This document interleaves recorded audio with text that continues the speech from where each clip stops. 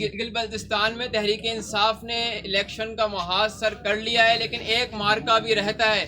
22 نومبر کو GBLA3 حلقہ 3 میں الیکشن ہونے ہیں۔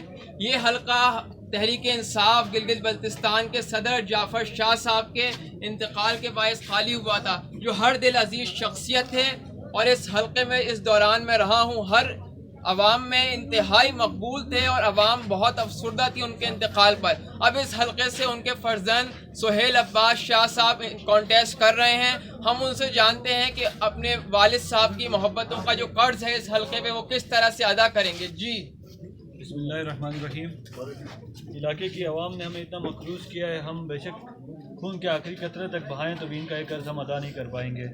انشاءاللہ ہم اپنی بھرپور محنت کریں گے، ہم سے جو ہو سکا دن رات ہم ان کی خدمت کے لیے کھڑے ہوں گے۔ ہمارے گھر کے دروازے ان کے لیے ہر وقت کھلے ہیں، ان کے جو بھی مسئلے مسائل ہوں گے ہم ان کو حل کرنے کے لیے اپنی بھرپور کوشش کریں گے۔ جی ابھی آپ کے ساتھ یہاں پہ بھی ہم موجود ہیں شیخ مشتبہ حسین صاحب، جو کہ آزاد امیدوار تھے، وہ آپ کے حق میں دستبردار ہوئے ہیں۔ اس طرح ہمیں آگاہ کیجیے گا کہ اب تک کتنے آزاد امیدوار جو ہیں آپ کے حق میں دستبردار ہو چکے ہیں اور کیا الیکشن کی تیاری ہے؟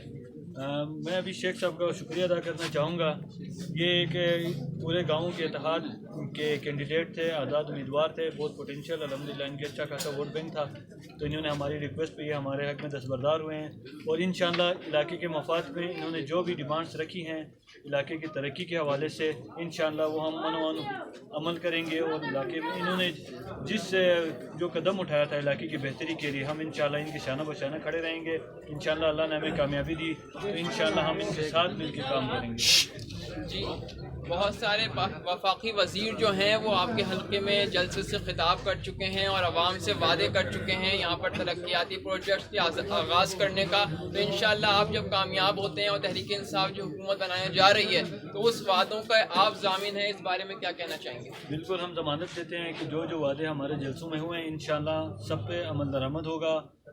یہ پہلے کی طرح اعلانات نہیں ہوں گے جو یہاں پہلے آ کے الیکشن کے دنوں میں اعلانات کر کے لوگ جاتے تھے، سیٹیں جیت کے پھر وہاں جا کے بھول جاتے تھے۔ انشاءاللہ پاکستان تحریک انصاف کی حکومت بنے گی اور انشاءاللہ لوگوں کی اسی طرح سپورٹ رہی ہم اسمبلی میں جائیں گے اور اپنے جو ہمارا حق ہے، جو اعلانات ہوئے ان پر عمل درآمد کروائیں گے۔ ہم اس کی ضمانت دیتے ہیں اپنے عوام کو۔ تحریک انصاف کے ساتھ جو ہے نوجوانوں کا جنون خاص طور پر ہے، آپ بھی ماشاءاللہ نوجوان ہیں اور تحریک انصاف نے آپ کو موقع دیا ہے، اس حلقے کے نوجوانوں کے لیے خاص طور پہ آپ کیا وعدہ کرتے ہیں ان کے بہتر مستقبل کے لیے؟ میں اس وقت سب سے ینگسٹ کینڈیڈیٹ ہوں پورے GB کے 24 حلقوں میں، تو انشاءاللہ میری سب سے زیادہ فوکس نوجوانوں پر ہوگا۔ نوجوانوں کی بے روزگاری کا سب سے زیادہ مسئلہ ہے، تو یوتھ لون اسکیم ہم سب سے پہلے امپلیمنٹ کروانے کی کوشش کریں گے تاکہ انٹرپرینورشپ کی طرف ہمارے جوان جائیں۔ سرکاری نوکریاں اتنی زیادہ مہیا نہیں ہو سکتی، ہمارے جوان ماسٹر PhD کر کے بیٹھے ہوئے ہیں، تو انشاءاللہ ہماری بھرپور کوشش ہوگی کہ ان کو ہم روزگار کی طرف لے جائیں، ان کو کسی بھی ذرائع کے ذریعے ان کو روزگار فراہم کروا سکیں۔ آزاد امیدوار ہمارے ساتھ موجود ہیں، ان سے بھی جاننا چاہیں گے کہ مشتبہ حسین صاحب آپ نے جو ہے ان کے حق میں دستبردار ہوئے ہیں اور شاہ صاحب کے متعلق آپ کیا کہنا چاہیں گے؟ بسم اللہ الرحمن الرحیم۔